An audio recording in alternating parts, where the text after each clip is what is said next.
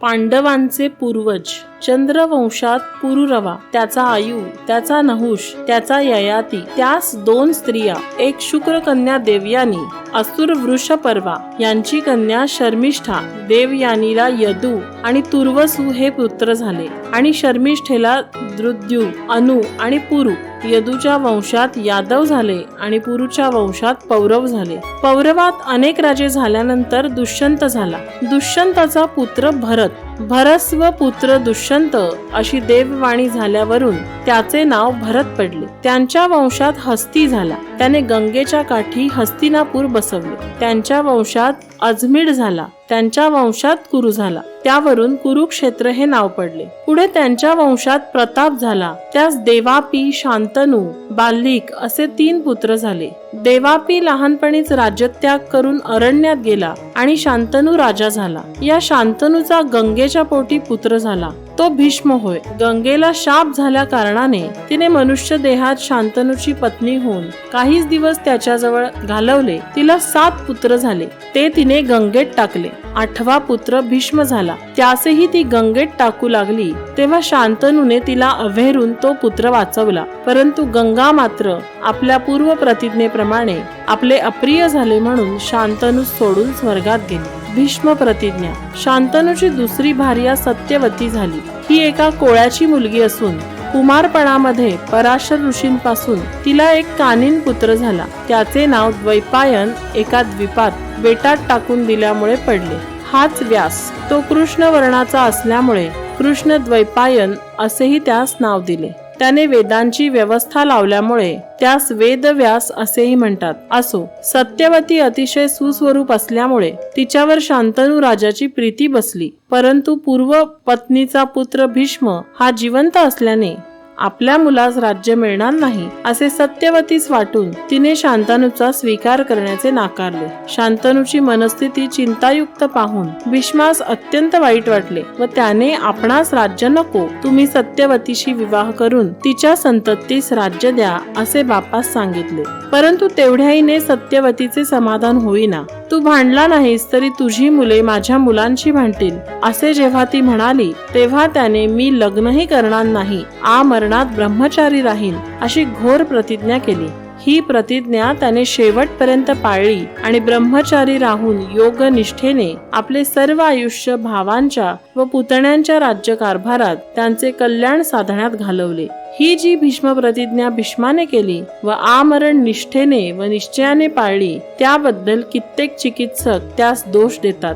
सत्यवतीच्या पोटी शांतनुस विचित्रवीर्य, चित्रांगद हे 2 पुत्र झाले. विचित्रवीर्य गादीवर येऊन अपत्य असाच गेला. चित्रांगद लहानपणीच मेला होता. तेव्हा सत्यवतीला काळजी पडली. दौशंत वेश उच्छेद पाहू नये या हेतुस्तव तिने द्वैपायनाकडून विचित्रवीर्याच्या राण्यांच्या ठिकाणी 3 पुत्र धृतराष्ट्र, पांडू आणि विदुर हे नियोग विधीने उत्पन्न करविले आणि धृतराष्ट्राच्या आणि पांडूच्या पुत्रात पुढे भयंकर कलह उत्पन्न होऊन भारतीय युद्धात भरतखंडाचा नाश झाला असा थोडक्यात इतिहास आहे.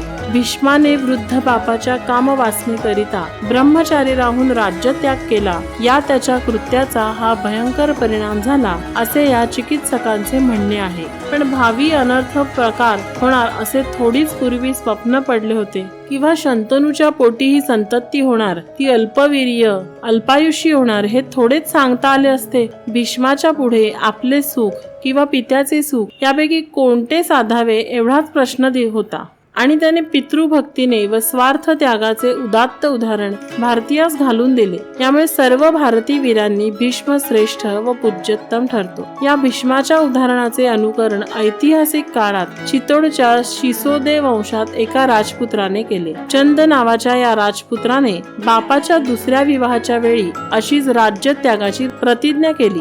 मात्र त्याचे लग्न होऊन त्याचे वंशज चंदावत या नावाने अजून प्रसिद्ध आहेत व त्यांच्या पूर्वजाने राज्याचा अधिकारी असून त्याग केला म्हणून उदयपूरच्या दरबारात राजाच्या अगोदर टिळा लागतो. दुर्योधन पत्नी व पांडव जन्म.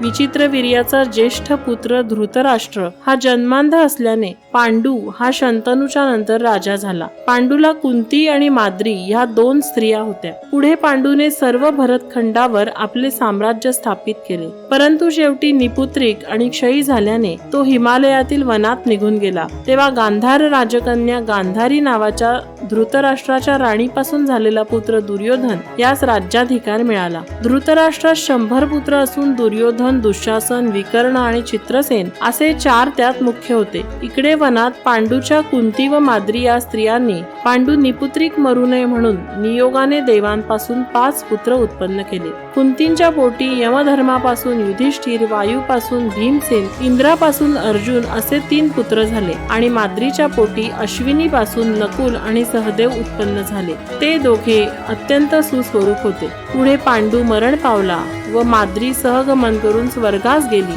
तेव्हा कुंती 5 पांडवास घेऊन हिमालयातील तपस्वी ब्राह्मणांबरोबर हस्तिनापुरास आली व तापसांनी सर्व हकीकत भीष्म, विदुर आणि सर्व वर्णाचे लोक यास सांगितली.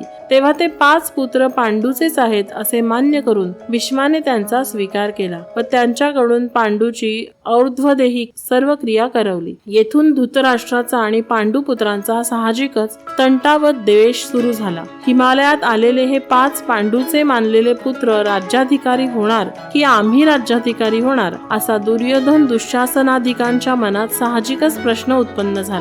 धृतराष्ट्र ज्येष्ठ व जन्मांध म्हणून राज्यास अनाधिकारी, तेव्हा राज्य पांडूस मिळाले. तो निपुत्रिक असता वनात नियोगाने त्यास 5 पुत्र झाले व ते पांडूचे पुत्र म्हणून भीष्माने घरात घेतले. अशा स्थितीत दुर्योधनापेक्षा युधिष्ठिर हा वयाने अधिक, हाही एक आणखी विचार. तेव्हा राज्याचा अधिकारी दुर्योधन की युधिष्ठिर हा प्रश्न अत्यंत विवादास्पद होता, यात शंका नाही.